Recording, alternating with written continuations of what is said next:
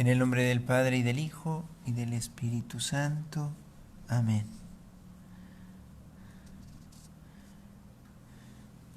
Ven Espíritu Santo, ven a iluminar nuestras inteligencias y a defendernos del mal. Haz que cada cristiano, bajo tu inspiración, sea testigo de Cristo con la palabra y la acción. Ven Espíritu Santo, ven a iluminar nuestras inteligencias y a defendernos del mal.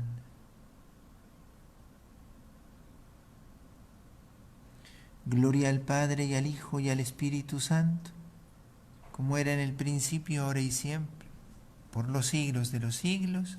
Amén. Inmaculado Corazón de María, sé la salvación del alma mía.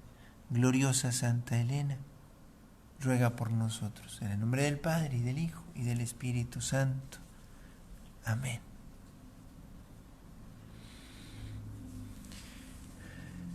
Vamos a tomar hoy para nuestra lección, volviéndonos a introducir en el Antiguo Testamento, un pasaje del profeta Jeremías. Vamos a buscar en el capítulo 20 del profeta Jeremías, los versículos del 7 al 18.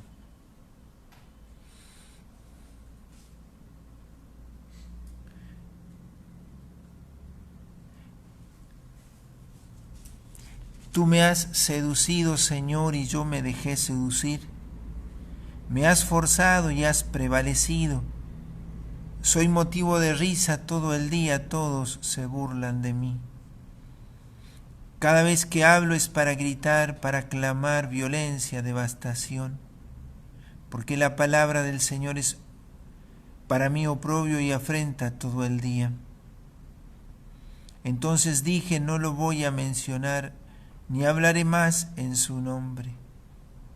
Pero había en mi corazón como un fuego abrasador encerrado en mis huesos. Me esforzaba por contenerlo, pero no podía. Oía los rumores de la gente, terror por todas partes. Denúncienlo, sí, lo denunciaremos. Hasta mis amigos más íntimos acechaban mi caída.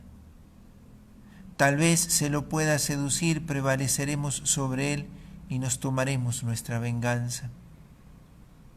Pero el Señor está conmigo, como un guerrero temible. Por eso mis perseguidores tropezarán y no podrán prevalecer. Se avergonzarán de su fracaso. Será una confusión eterna, inolvidable. Señor de los ejércitos, que examinas al justo, que ves las entrañas y el corazón, que yo vea tu venganza sobre ellos, porque a ti he encomendado mi causa. Canten al Señor, alaben al Señor, porque Él libró la vida del indigente del poder de los malhechores. Maldito el día en que nací, el día en que mi madre me dio a luz.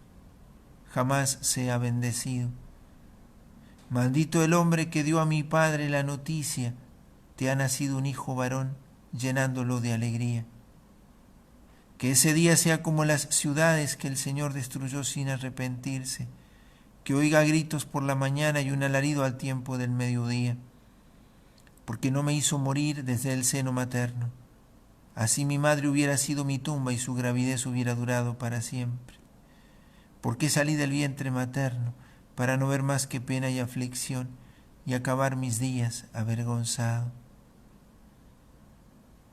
Palabra de Dios. Te alabamos, Señor.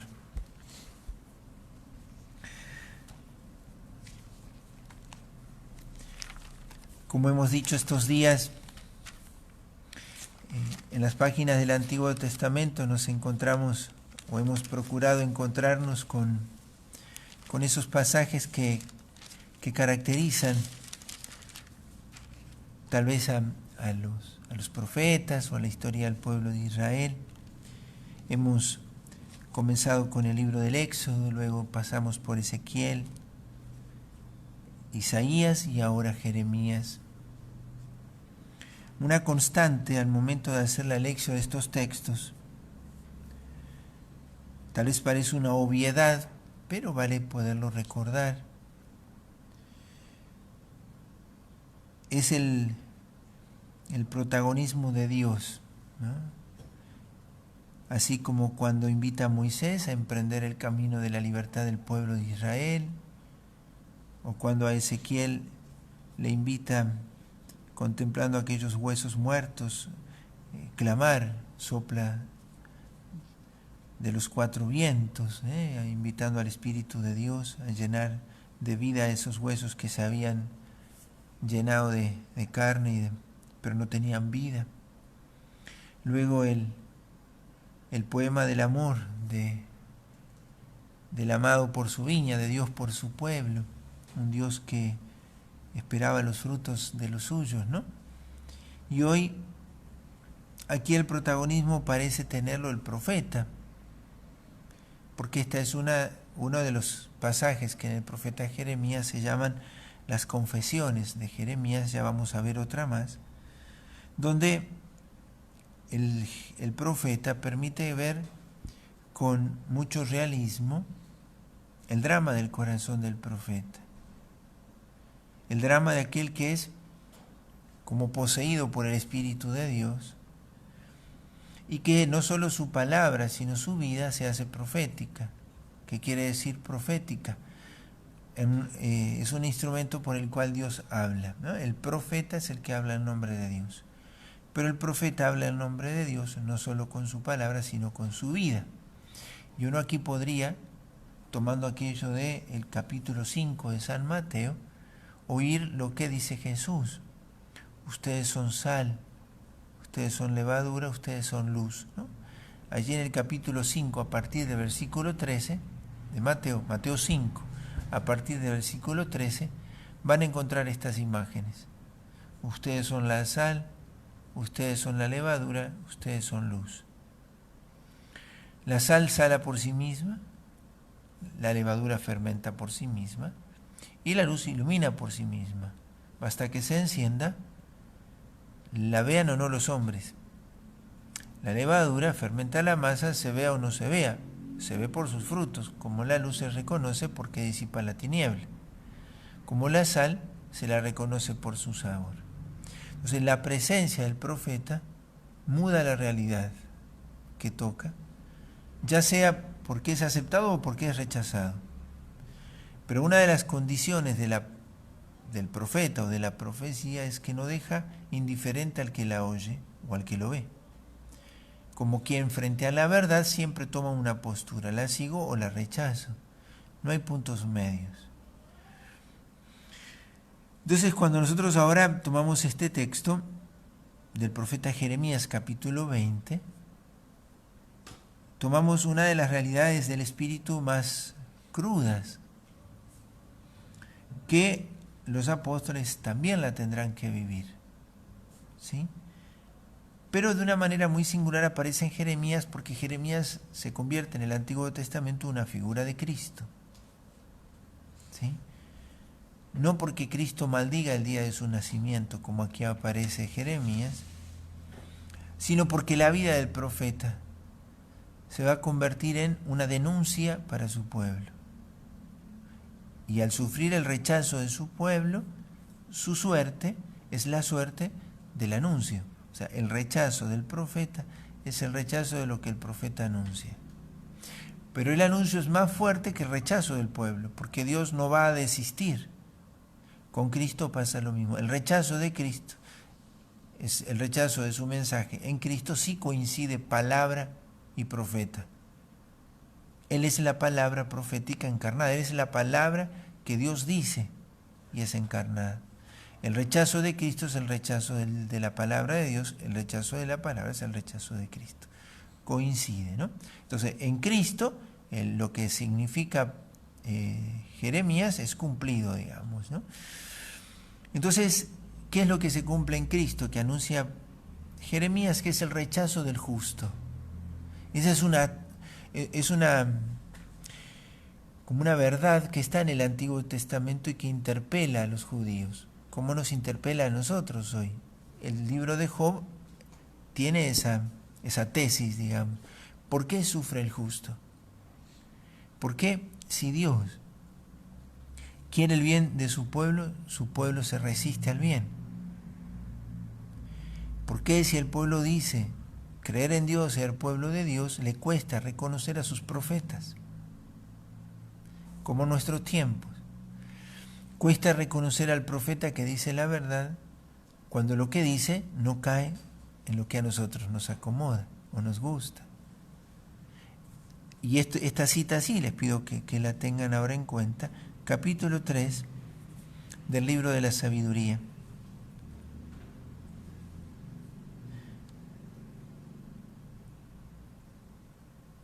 Desde el versículo 1 al versículo 9. Y el capítulo 4, desde el versículo 7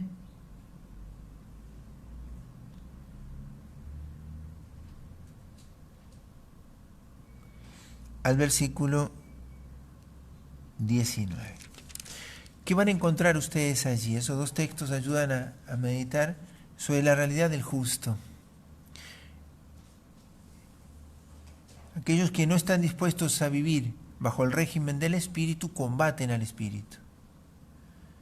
Aquellos que no están dispuestos a ir bajo el régimen de la verdad la combaten.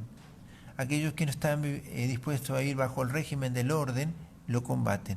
O sea, no se puede convivir con lo que es una denuncia para mi conciencia. O me someto a ella, o sea, caigo de alguna manera rendido ante la verdad, o la tengo que combatir. El hombre no puede convivir con la verdad sin dejarse interpelar por ella. Si yo apago la luz, la vela, o sea, no hay luz. Si la enciendo, hay luz. No hay un punto intermedio. Entonces, cuando encontramos este texto de Jeremías, es un texto que de alguna manera devela este drama.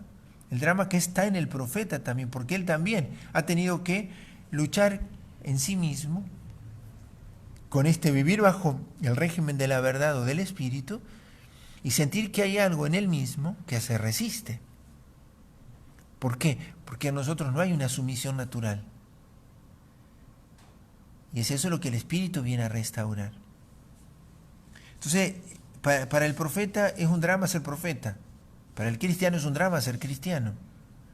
Pero cuando decimos drama no es una tragedia, sino que es en verdad, en su propia historia, ¿no? Un drama constante, con un fin muy bueno. Es un drama con un final que no solo depende de la palabra o del Espíritu que le invita a vivir bajo su régimen, sino en que él ha aceptado vivir bajo ese régimen, ¿sí? A veces hasta contra sí mismo. Vamos a entrar un poquito más en el texto para poder rezar con esto. Esto era para que nos pudiéramos enmarcar en un pasaje que si uno lo lee así, uno dice, este profeta renegaba de ser profeta. Y parece que sí. Pero sin embargo, vamos a sacar provecho porque con esto queremos rezar, ¿eh? La lección divina es encontrarnos con el texto, iluminarlo con los textos que la palabra nos permite tener para ir sacándole provecho y de pronto podernos quedar contemplando nuestra propia vocación profética y en qué medida también en mí se da una resistencia a esa vocación o no. Qué lindo es vivir esa vocación, ¿sí? Y descubrir que la suerte de la palabra me involucra. El rechazo del profeta es el rechazo de lo que Dios le ha confiado, o el rechazo de la palabra del profeta es el rechazo de aquel que la proclama. Entonces, habla usa este término, ¿no? De la seducción. ¿Por qué? Porque en realidad toda vocación es una relación que se establece por una elección. Él lo describe en el primer capítulo de su libro, Jeremías, cuando él habla de que me elegiste desde el seno de mi madre. Hay una elección de Dios, ¿sí? Pero detrás de esa elección hay también una respuesta, ¿sí? La gran pregunta es ante este texto: ¿puede uno negarse a hacer lo que Dios quiere que sea? Yo puedo no ser esto que el Señor pensó para mí. ¿Qué sucede en aquel que no cumple su vocación? ¿Qué de ser yo si no soy lo que Dios quiere que sea? ¿Qué es el cristianismo si no es como lo quiere Dios? Sal que no sala, levadura que no fermenta, luz bajo un cajón. Lo dice Jesús, ¿no? Pero bueno, la conclusión la ha de sacar cada uno en su oración. Yo simplemente refiero cómo aparece aquí. Y él describe de pronto, ¿no? Me ha seducido, yo me dejé seducir. O sea, estoy en esto forzado, como está quien está forzado por el amor, porque se dejó llevar por él. Pero se convierte después ese amor que lo impulsa, entre comillas, en su propia trampa. Acepté la trampa y estoy en ella ahora, ¿no? En contraste con el cristiano que puede haber caído en la trampa y acabar por salirse de ella. O sea, yo no quiero la suerte del amor en mi vida, ¿no? Entonces, después describe toda la situación de que él clama por el pecado de su pueblo, porque a Jeremías le toca esto, denunciar el pecado de su pueblo. Lo van a intentar matar 3 veces, ¿no? Pero él denuncia el pecado de su pueblo y él siente que cuando rechazan lo que él anuncia, se quieren deshacer de él. Es igual que en nuestro tiempo. El malo quiere deshacerse del bueno. Cuando el mal encuentra un obstáculo, busca deshacerse del obstáculo, no solo de la doctrina que el obstáculo proclama. Busca desautorizar y sacar de la cancha al rival. Por eso, cuando la verdad se proclama, el que se siente atacado por la verdad no ataca a la verdad, sino al que la proclama también. Por eso no ha de asustarse un cristiano que por querer vivir en la verdad, los que no quieran la verdad lo detracten a él. Y entonces él dice: yo quería callar porque esto es un drama interior. Quería callarme y no podía porque había un fuego en mí que no me dejaba. Una expresión muy linda. Nosotros la podemos, dice, un fuego abrasador encerrado en mis huesos. Nosotros podríamos decir que es el Espíritu Santo. Jeremías no habla del Espíritu Santo, ¿sí?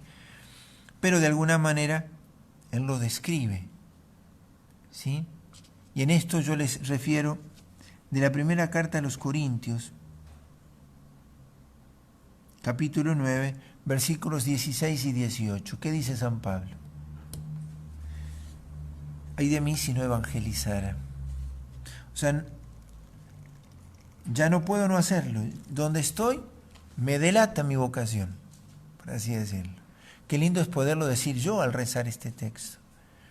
Me delata mi vocación. O sea, en mí hay algo que es más que yo. Yo no puedo ser cristiano en un lugar y no cristiano en otro. Me delato. Qué lindo cuando es así. Qué triste cuando no es así. Qué triste es cuando yo no me delato como cristiano, sino como un mundano. Pero vos con nosotros sos como nosotros, en lo malo, y cuando estás allá sos como ellos. Y en medio de esto, de este drama, aparece la confianza del profeta. ¿Sí? El Señor está conmigo como un guerrero temible. Esta certeza del profeta. Invita a esa alabanza: canten al Señor, alaben al Señor, porque Él libró la vida del indigente del poder de los malhechores. Y vuelve otra vez. Recién es proclamado el versículo 11, 13. Ahora voy al 14 otra vez. Maldito el día en que nací, en que mi madre me dio a luz, jamás sea bendecido, ¿no? Es muy difícil llegar a traducir en la experiencia del profeta esto. ¿Por qué salí del vientre materno? Para no ver más que pena y aflicción y acabar mis días avergonzados. Si nosotros pudiéramos ver el final de la vida de Jeremías, la vida de Jeremías no se sabe exactamente cuándo fue. Sí, es que cuando el pueblo de Israel es llevado al exilio a Babilonia, Jeremías se va a Egipto.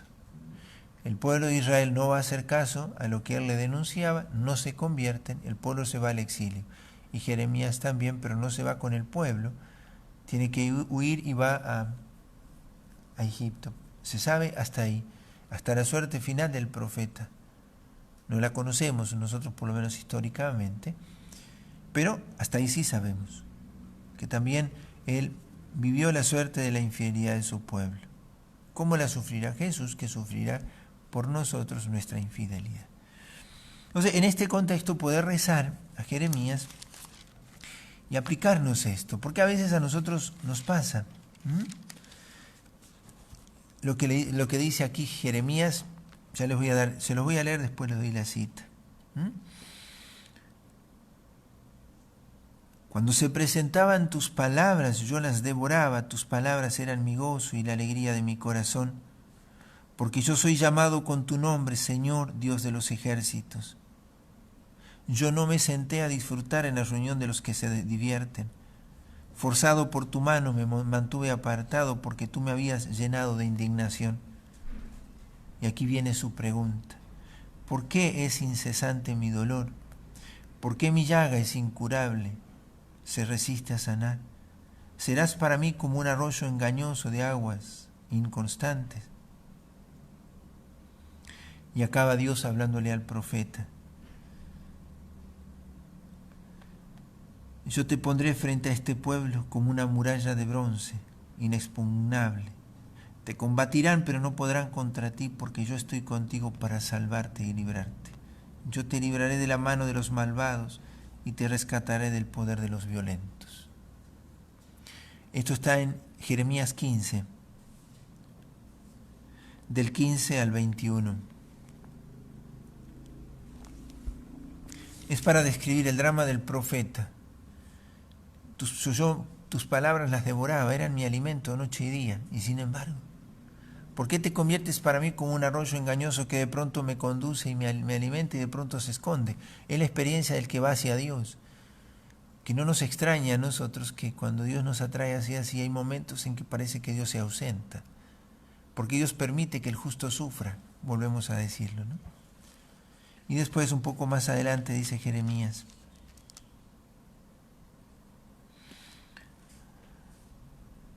sáname, Señor, y quedaré sano, sálvame y estaré a salvo. Mira cómo me dicen, ¿dónde está la palabra del Señor? Que se cumpla. Tú lo sabes, lo que salía de mi boca está patente delante de tu rostro. No seas para mí un motivo de terror, tú, mi refugio en el día de la desgracia. El profeta sigue sufriendo esta ironía de aquellos que ven que su palabra no se cumple, porque parece Dios demorarse. Sin embargo, después se cumple, pero en ese momento dice, mira cómo me dicen, ¿dónde está la palabra del Señor? Que se cumpla, ¿no?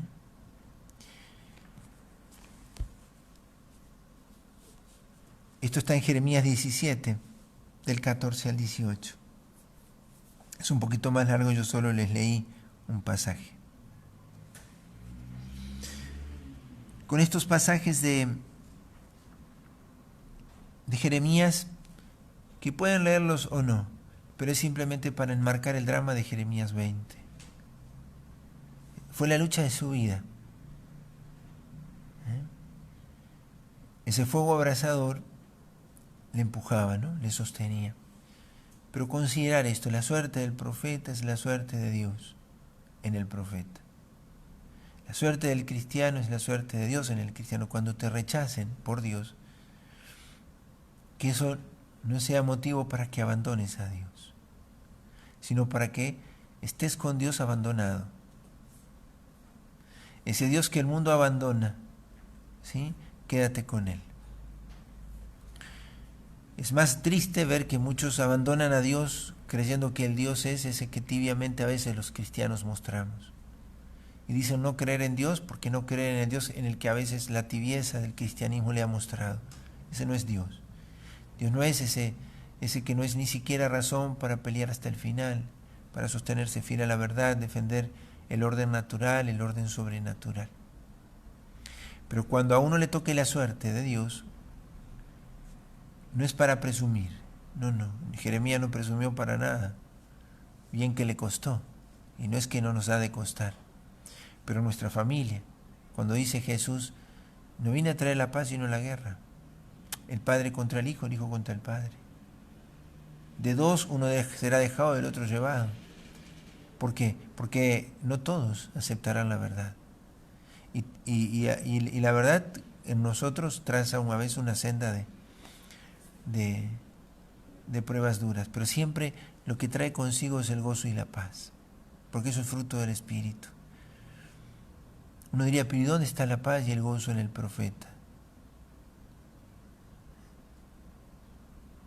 ¿Dónde estaría el gozo y la paz?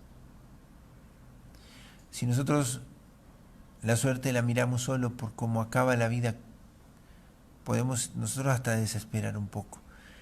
Pero la suerte del profeta está en que su esperanza no está puesta en la paga de los hombres. Miren Jesús, en quien terminó confiando. En tus manos encomiendo mi espíritu. Por eso el profeta, aquel que habla en nombre de Dios, aquel que está involucrado con la suerte de la verdad, al final solo tendrá como descanso y premio en los brazos de Dios. O sea, Jesús encontró en Dios, su Padre, el único refugio en el que siempre supo descansar.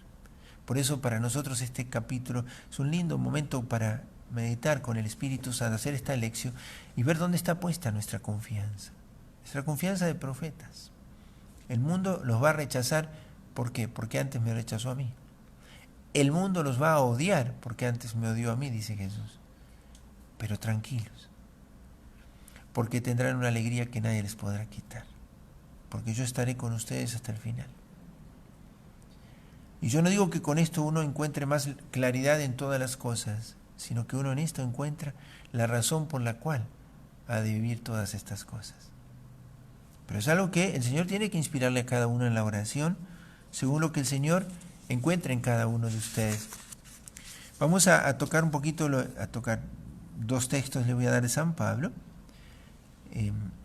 Ya les di este de Corintios 9, ¿no? Pero en 2 Corintios 6, del 1 al 10, Pablo habla de su suerte como profeta. Eso les puede, al que le quiere, al que le sirva. 2 Corintios 6, 1 al 10.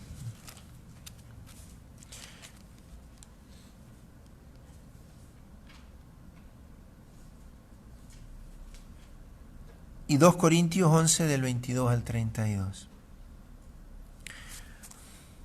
Ya les digo, estos textos pueden no necesitar buscarlos, son simplemente lo que vemos en Jeremías, lo vemos en Pablo. Pablo refiere todo lo que tuvo que padecer por el Evangelio. Naufragios, apedradas, flagelaciones, y todo lo sufro por ustedes. Y en Hechos 20, 21 y 22, Pablo dice, yo como encadenado por el Espíritu voy y sé que me esperan cadenas y sufrimientos, pero voy contento por completar el anuncio del Evangelio.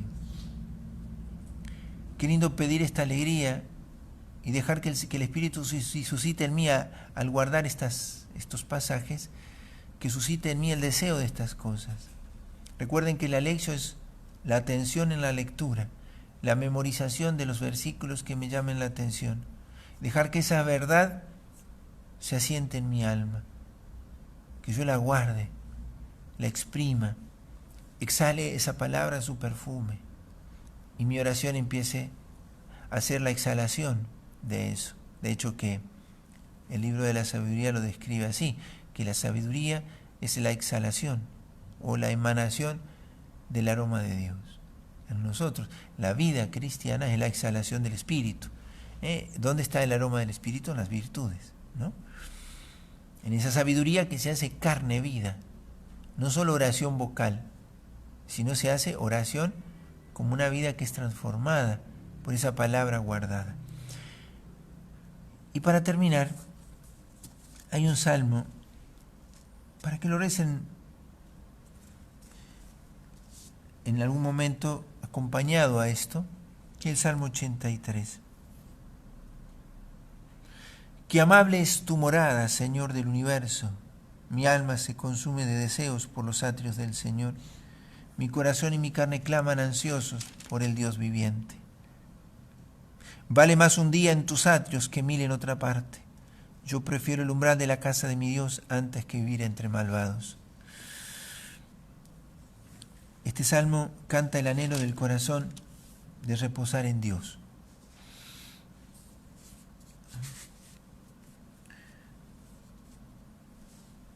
Lo que decíamos recién del profeta perseguido de Jesús, qué lindo es tener donde desear reposar y saber que ese reposo es real, está a mi favor. ¿Dónde anhelo vivir? Entre los malvados.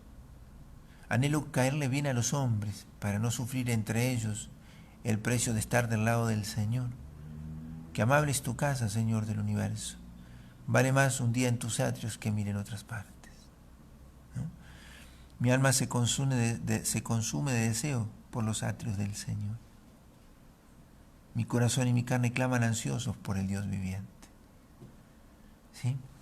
Entonces con esto poder rezar esta lección y dejar que el Espíritu pueda hoy regalarnos lo que tiene, guardado para nosotros en esta palabra, en este cuarto día de la novena de Pentecostés, en la que estamos preparándonos para consagrarlos a ustedes, al Espíritu Santo, ¿no? También con el don de fortaleza, que es el que vamos a pedir hoy. Hemos pedido la sabiduría, el entendimiento y el consejo. Hoy vamos a pedir la fortaleza. ¿Qué es lo que el don de la fortaleza realiza en nosotros? ¿No? Es justamente eso que el profeta tanto necesita, es el instinto, es ese impulso interior para las virtudes heroicas, ¿no? Para superar los obstáculos más grandes. Y en esto solo una cosa decirles de la fortaleza. La fortaleza tiene doble dimensión: el acometer, el ir y conquistar, y el resistir. ¿Sí? Hay que tener tanta fuerza para embarcarse en algo, para decidir algo, como la que debo tener para resistir en lo que he decidido. Y entonces, ¿qué decimos nosotros? Hay más fuerza en el resistir que en el acometer. Es más fácil decidir que sostenerse en la decisión. Muchos cristianos no fallamos en la decisión, sino en el permanecer en la decisión. Como el profeta. Al profeta le resultó más difícil permanecer en la decisión de ser profeta que en el haber empezado a ser profeta. En el matrimonio, en la vida apostólica, en los apostolados, en la vida comunitaria. ¿Cuántos en la vida comunitaria decidieron empeñarse en la vida parroquial o en la vida apostólica de un movimiento? Y lo hicieron con sinceridad, con autenticidad, después de un llamado de Dios. Pero faltó la fortaleza para resistir a las murmuraciones, a las detractaciones, a los fracasos, a las, de alguna manera, no comprensiones. Por eso cuando pidamos hoy el don de fortaleza es para esto, no solo porque necesitamos decir, porque en muchos casos ya no necesitamos decidir seguir al Señor, necesitamos seguir al Señor y permanecer. No es tan difícil empezar a rezar, lo difícil es seguir rezando. Cuando hacemos un retiro o nos da una motivación para empezar a rezar, rezamos hoy el rosario y el evangelio. El tema es permanecer con el rosario y el evangelio y la lección divina hasta el final. Y eso lo hace la fortaleza. Porque el demonio, a los que no vence, impidiéndoles que elijan, espera que se cansen. Vamos nomás. Y lo empuja. Vos podés solo, confíate en tus fuerzas, adelante. Y apenas viene un desencanto o una dificultad, abandonan todo. ¿Por qué? porque confiados en sus fuerzas, las que tomaron para decidir, tal vez con impulso del Espíritu Santo, prescindieron tal vez de él y después se fijaron solo de sus fuerzas. Entonces el demonio dejó que probaran eso para después caer. ¿Por qué? Porque no fueron fieles en aquellos mismos propósitos que tuvieron cuando empezaron y tomaron esa decisión. Esto es muy importante en una comunidad, en un apostolado, en una vocación, en el matrimonio, en la consagración, en la misión, en la catequesis. Y hoy vamos rápidamente también a tomar al final, como hemos hecho estos días, vamos a tomar una medicina del Espíritu Santo. Y la medicina de hoy son dos palabras también en griego. Yo lo digo así porque así los padres del desierto le llaman a los espíritus que engañan el corazón del hombre, ¿no? Acá serían el espíritu de la filargiría y la pleonexía. ¿Qué sería esto? Es el espíritu de la avaricia, ¿sí? Así como que estaría ahí sintetizado, por así decirlo, ¿no es cierto? El espíritu de la avaricia que a veces lo subestimamos, ¿no? Tiene una doble dimensión la avaricia. Una es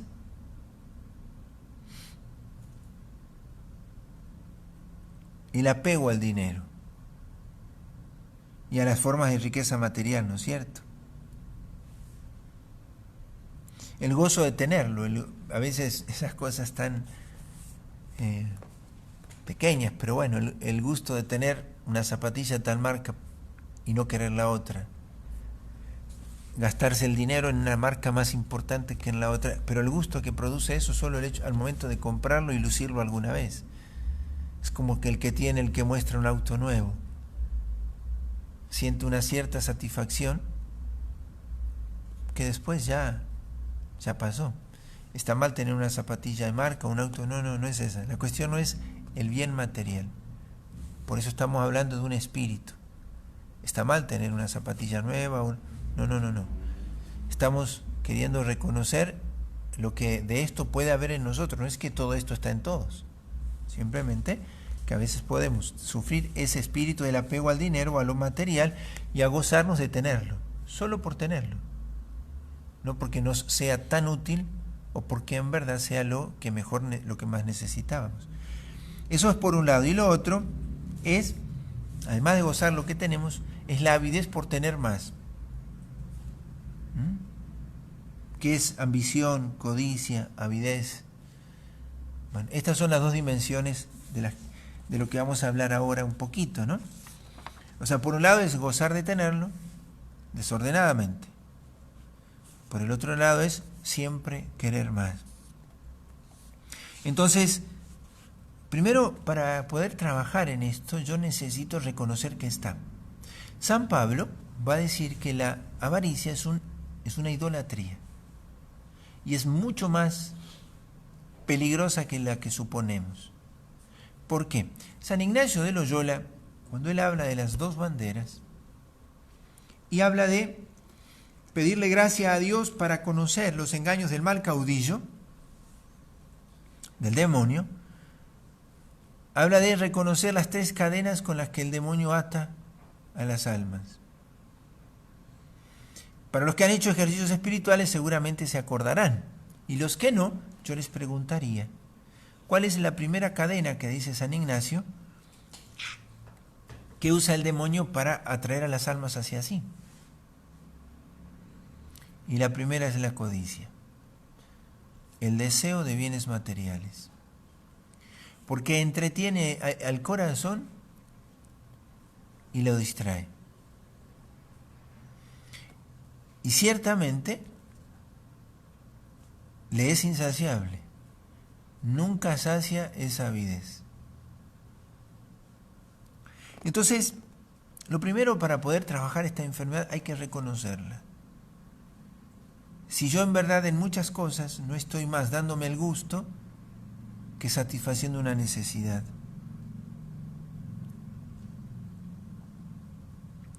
Entonces, tengo que, de alguna manera, reconocer para poder tomar esta enfermedad, en cuenta esta enfermedad, mejor dicho, o el tomarme remedio para esta enfermedad. ¿Y de qué manera uno puede tomar conciencia de esta realidad? Que al comienzo no es real, porque no es que esté mal que uno quiera las cosas. El tema es para qué las quiere. Y si las que quiere las necesita. Y si lo que necesita es porque simplemente quiere satisfacer un gusto o una necesidad. Son estas características. Hay que tener en cuenta el fin al que le ha conducido a muchos dejarse llevar por eso. Y por el otro lado, tomar conciencia de la vanidad de esas cosas, que hace que a veces que acumulemos entre nuestras cosas tantas innecesarias.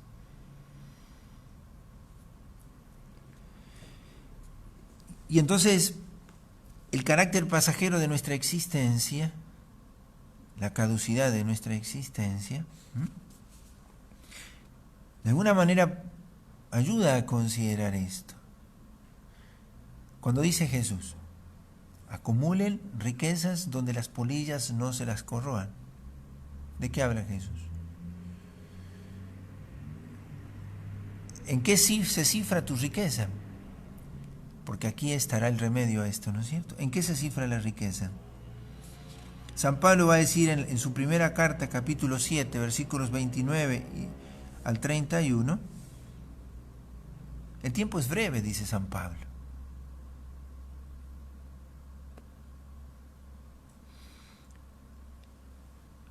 Hebreos 13:5, conténtate con lo que tienes,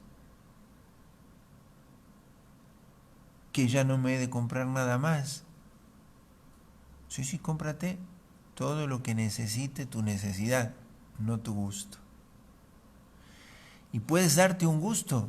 Sí, no es eso. Acá no estamos contraponiendo, sino estamos tratando de reconocer de que si tienes la enfermedad de la avaricia, de la codicia, de la avidez, ¿sí?, del deseo de mostrar que tengo esto o de ver que lo tengo, para que estés atento y empieces a moderar.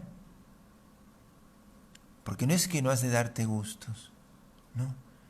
Pero piensa si no estás, de alguna manera, enredado en esta enfermedad, como en algunos puede ser de la lujuria, como hemos visto estos días, o el de la tristeza.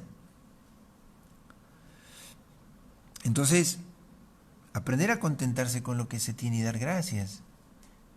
Que cuando despierte en mí un sentimiento extraño, ver que el otro tiene otras cosas y las tiene distintas, a veces tiene el otro hasta talentos, que es una riqueza, que tiene bienes materiales distintos, que despierta en tu corazón. Despierta la alegría, también por el bien de tu hermano. Entonces, aquí es muy importante una fe sólida. Te vas a Dios. Y todo lo que a Dios te pueda ordenar, lo que necesites para eso. Entonces, ¿qué es lo que está en la base de todo esto? Un miedo al futuro. Y el intento de asegurarlo con lo material. Uno no tiene que ahorrar. No, vuelvo a repetir. Yo no estoy diciendo que no hay que hacer, no hay que darse gusto, no hay que ahorrar. No. Invitándoles a que consideremos que anima nuestro corazón. ¿Por qué se necesita una fe sólida? Porque a veces el afán de bienes materiales es por asegurar un futuro sin tener en cuenta la confianza en Dios y la providencia.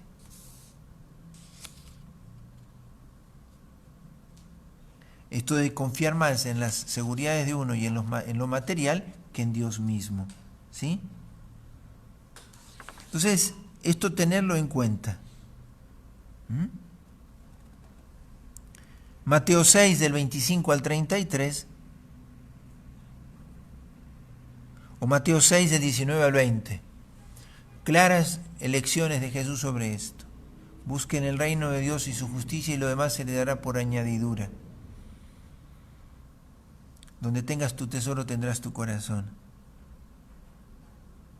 Entonces, ¿cómo trabajarse en esto? Algo similar a lo que decíamos ayer. El apego a los bienes espirituales. Ama tu salvación. Ama la salvación de los tuyos. Pon mucho más celo en el bien espiritual de los tuyos que en el bien material. Cuando un papá o una mamá se esfuerza por darle a su hijo mucha ciencia humana, que aprenda muchas cosas, que tenga muchas distracciones en deportes, en cultura, ¿está mal? No. Pero cuando no es eso, equilibrado con llevarlo a la oración, en casa rezamos, vamos a la misa seguido, no solo domingo. Si vamos 3 o 4 veces a música en la semana, a básquet, a fútbol, ¿por qué no vamos 3 o 4 veces a misa diaria a la semana? ¿Por qué? ¿Qué es más importante? No lo sé. Cada uno lo tiene que discernir. Sabemos que es más importante la misa. ¿Qué? ¿No vamos a jugar al fútbol? No. Cuidado porque el demonio tienta contraponiendo. Mirarlo. ¿Cuánto tiempo tienes para el gimnasio y cuánto tiempo tienes para tu lectura espiritual? Mira la prioridad de tus tiempos y conocerás la prioridad de tus amores. Y entonces el desapego a los bienes materiales, que a veces es desprenderse de ellos, a veces solo desapego, se engendra por la experiencia y el gusto de las cosas de Dios. Sin eso, es muy difícil que uno mida que la seguridad está en Dios, o que el verdadero bien que ennoblece a un alma es Dios, y Dios no le hace faltar a los que aman lo que necesitan si ponen todo lo suyo para eso. Y entonces aquí vienen 2 prácticas concretas, y con esto termino, voy a decirlo muy breve. Una es la no posesión. Mateo 19:21. Si quieres ser perfecto, vende todo lo que tienes.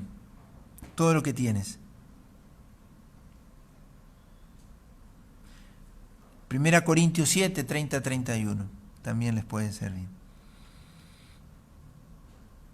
Entonces, es importante darme cuenta, el primer impulso que me mueve a querer lo que quiero, a comprar lo que no he comprado, o a tener lo que tengo. ¿Lo necesito? Sí o no. Y en el primer movimiento de mi alma tengo que aprender a reconocer. Si no lo necesito, ¿por qué lo compro? ¿O por qué lo adquiero? ¿O por qué lo deseo? ¿O por qué alimento el deseo de ello? En esto no basta la pobreza espiritual. En todo caso, la pobreza espiritual es la que anima a la pobreza material, el no tener lo que no necesito. ¿Sí? Porque el mal uso de los bienes es privación del bien que los pobres merecen.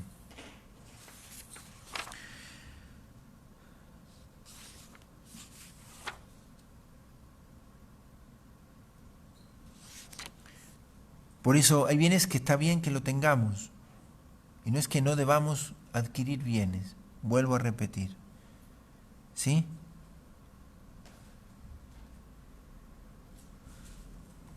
Es llegar a no afligirnos cuando no tenemos lo que queremos, cuando no muda mi estado de ánimo, porque estamos hablando de un espíritu del cual el Espíritu Santo viene a curarnos, el espíritu de esto, de la avaricia, cuando entristece, cuando aflige, cuando cambia el humor, porque no puedo. Bueno, sabemos hoy cuántos a la situación que vivimos están padeciendo porque sus trabajos están viniendo abajo, y eso no es una mala preocupación, no, esa es lícita.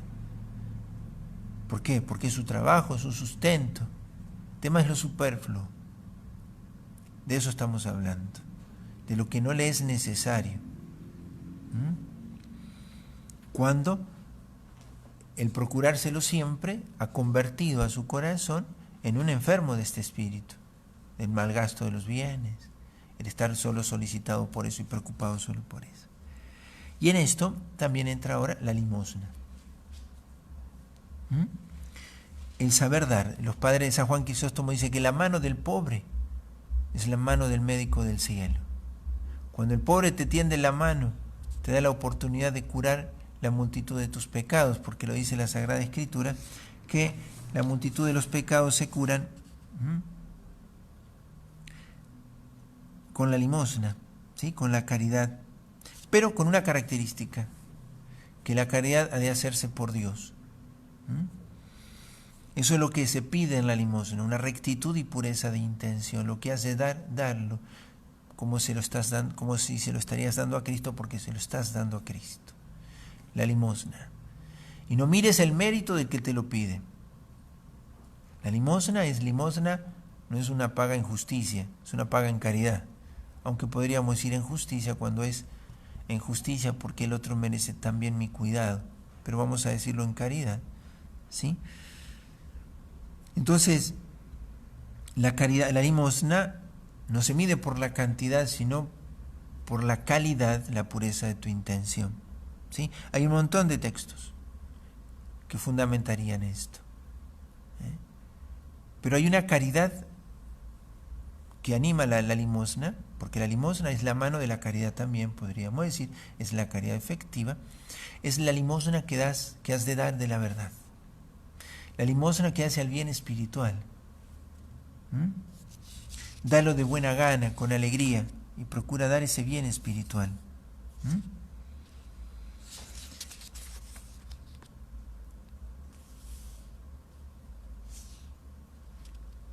Por eso cuando uno está muy apegado a los bienes materiales y que uno se entristece porque no los puede procurar, hace mucho bien dar aún los que tiene.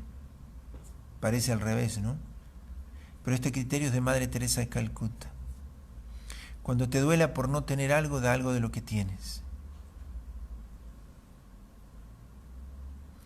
Porque se despertó y estoy hablando de cosas que no son necesarias para la vida, obviamente, ¿sí? Sino esas cosas que a veces tenemos y anhelamos tener otras y más. Y cuando eso sientas que te aflige, hazte la caridad, porque te la haces a ti mismo, de dar aún lo que tienes. Regala eso hasta que puedas comprarte otra cosa si quieres, si puedes. Pero cuando sientas que te aflige, que hay tristeza porque no tienes lo que quieres, da de lo que tienes. Madre Teresa dice que eso trae alegría al alma, libertad. Porque la no posesión da más libertad al corazón, ¿sí? Y en esto me acuerdo cuando hablábamos con unos adolescentes, me tocaba acompañar con respecto a la caridad de la limosna y el diezmo. ¿Cuánto he de dar en la colecta de Cáritas? ¿Cuánto he de darle al otro? ¿Cuánto he de darle al pobre? ¿Con cuánto he de colaborar en el sostenimiento del culto? ¿Cuánto he de dar al pobre? Entonces hay algunos criterios. El diezmo, la Sagrada Escritura dice el 10% de tus ingresos. Eso hay quienes lo viven como regla de su vida. De hecho, que aquí en la parroquia hay quien lo hace conscientemente. Yo gano tanto, el 10% ya está destinado. Pero el criterio sería esto, ¿no? ¿Cuánto he de dar? Cuanto creas que el amor de Dios merezca que des. Nadie te va a decir una medida. La iglesia ni siquiera impone.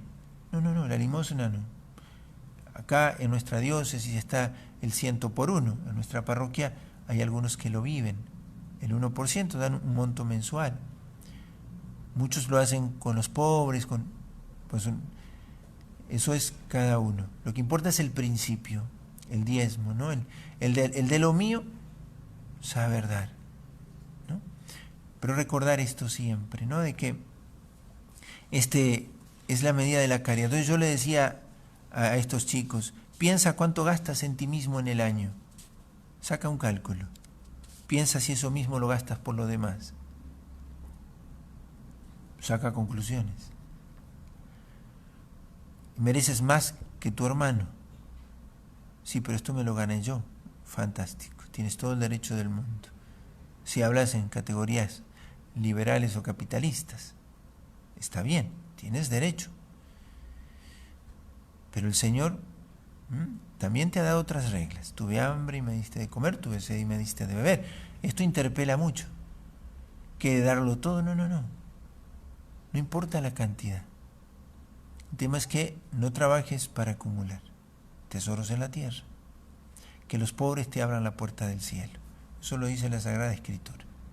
Entonces, esto es curar en nosotros ese espíritu que se mete. Es muy sutil, porque siempre decimos tenemos derecho, es lo que ganamos, es lo nuestro, yo debo, yo puedo. Y está bien. Ahora piensa, ¿qué es lo que aflige a veces tu corazón? No es el afán por las cosas, no es la tristeza por el no tenerlo, por el no alcanzarlo. Cada uno tiene que trabajárselo. Como estamos en esta terapia del Espíritu Santo, el Espíritu Santo que viene a darnos la alegría, también de la libertad interior frente a las cosas. No me atan las cosas. Porque si un día Dios me pide que venda todo y lo siga, ¿tiene derecho Dios a hacerlo? Lo hizo con el joven rico. Lo hace con algunos y les pide, deja tus cosas, tu proyecto, tu facultad, tu profesión. Yo quiero que te consagres a la misión. Yo quiero que seas dedicado para mí, no solo en la vida religiosa y consagrada, también en la vida laical. De hecho, que hay familias, me consta, que decidieron cambiar de pueblo para misionar. Deciden hacer ese trabajito. Dicen, bueno, nos mudamos, porque en esta comunidad hace falta. Eso es posible, si lo entendemos con la locura con la que hoy estamos queriendo rezar este día. El mundo va a decir, pero eso es loco, vas a perder tu trabajo, vas a perder tus seguridades. Mi seguridad es el plan de Dios sobre mi vida. ¿Tienes que hacerlo? No es que todo tenemos que hacerlo. Tienes que estar disponible para darle a Dios lo que Dios te pide. Entonces, el remedio de la no posesión de lo que no necesito, el saber dar lo que a veces puedo dar para sanar mi tristeza, que es un síntoma de mi apego, y la limosna como hábito.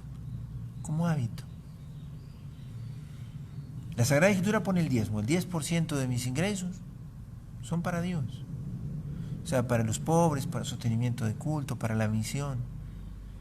Así se ha sostenido la misión de la iglesia. Los primeros cristianos que hacían, vendían todo y lo ponían en común. Está en el libro de los apóstoles, en los Hechos de los Apóstoles, capítulo 3 y 4. Bueno, esto también sirva para que el Espíritu Santo nos dé esta fortaleza, ¿sí? La de vivir según los principios del Evangelio.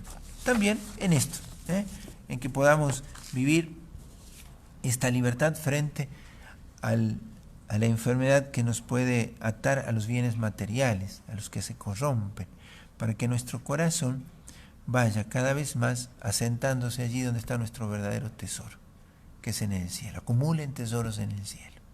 Sean generosos consigo mismos, quitándose las cosas que no les son necesarias, ¿no? Vamos a rezar al Espíritu Santo, si tienen la oración, la de la secuencia de Pentecostés. Ven Espíritu Divino, manda tu luz desde el cielo. Padre amoroso del pobre, don en tus dones espléndido. Luz que penetras las almas, fuente del mayor consuelo. Ven dulce huésped del alma, descanso de nuestro esfuerzo. Tregua de trabajo, brisa en las horas de fuego. Gozo que enjuga las lágrimas y reconforta en los duelos. Entra hasta el fondo del alma, divina luz, y enriquécenos. Mira el vacío del hombre si tú faltas por dentro. Mira el poder del pecado cuando no envías tu aliento. Riega la tierra en sequía, sana el corazón enfermo. Lava las manchas, infunde calor de vida en el hielo. Doma el espíritu indómito, guía al que tuerce el sendero. Reparte tus 7 dones según la fe de tus siervos. Por tu bondad y tu gracia, dale el esfuerzo a su mérito. Salva al que busca salvarse y danos tu gozo eterno. Amén. Gloria al Padre y al Hijo y al Espíritu Santo, como era en el principio, ahora y siempre, por los siglos de los siglos. Amén. Gloriosa Santa Elena, ruega por nosotros. Padre, Hijo, el Espíritu Santo.